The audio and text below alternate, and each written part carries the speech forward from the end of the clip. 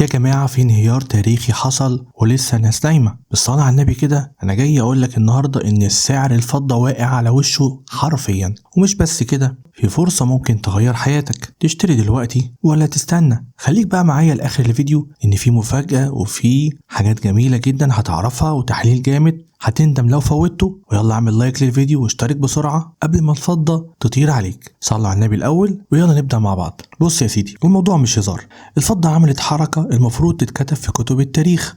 خسرت أكتر من 12% من قيمتها في جلستين تداول. يعني اللي كان مع فضة صحى الصبح لقاها بتعيط في حضنه. يعني من الآخر اللي كان بيجري ورا الذهب الفضة قالت له استنى أنا كمان عندي مفاجأة. طب ايه اللي حصل في السوق؟ الفضة كانت ماشية تمام، عاملة نفسها جامدة، وبداية السنة كانت ماشية بالعافية لحد ما عمك ترامب قرر يوزع جمارك على العالم كله من 10 ل 49% كده على الهادي، والدنيا اتقلبت.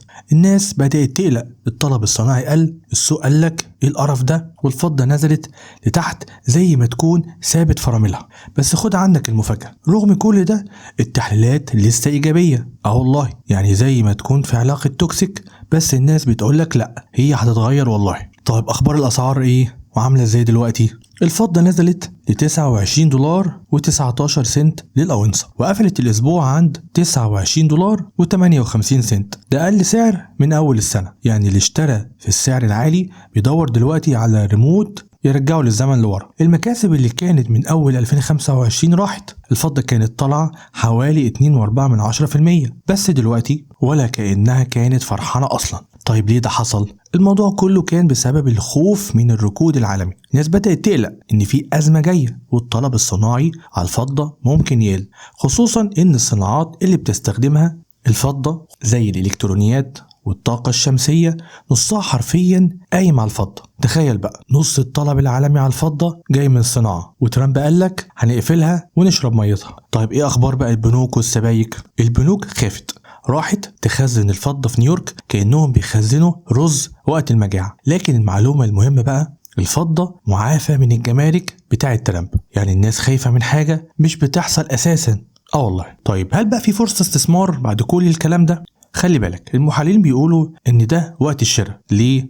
لان الاسعار نازله خالص في الحضيض يعني، ومع استمرار الصناعه وان في هدوء دلوقتي في الهوجه اللي احنا فيها الفضه هتطير تاني. يعني اللي معاه فلوس فاضيه بيقول استثمر في ايه؟ الفضه داخله تقول له انا هنا يا بيبي. تاريخ الفضه بيقول ان على مدار 95 سنه كانت بتعمل نمو سنوي بقيمه 3.7%. من سنه 1925 كانت بتتباع ب 68 سنت، ودلوقتي $24. يعني اي حد مسك فيها وما فلتتش منه دلوقتي بيضحك وهو بيعد فلوسه. طيب اخبار بقى الفضة ايه في مصر؟ المصريين اول ما شافوا الدهب بيغلى قالوا نروح على الفضة، وسعرها فعلا زاد محليا شوية لان الناس بدأت تشتريها كمخزن للقيمة. وبوقت تسجيل الفيديو عيار 999 ب 52 جنيه و30 قرش، وعيار 925 ب 48 جنيه و40 قرش، سبيكة ال 100 جرام ب 5230 جنيه، والكيلو ب 52300 جنيه. والكيلو ده ممكن تجيبه بتحويشة العمر اللي معاك. تعال اقول لك كده شوية مؤشرات فنية مهمة جدا لازم تعرفها.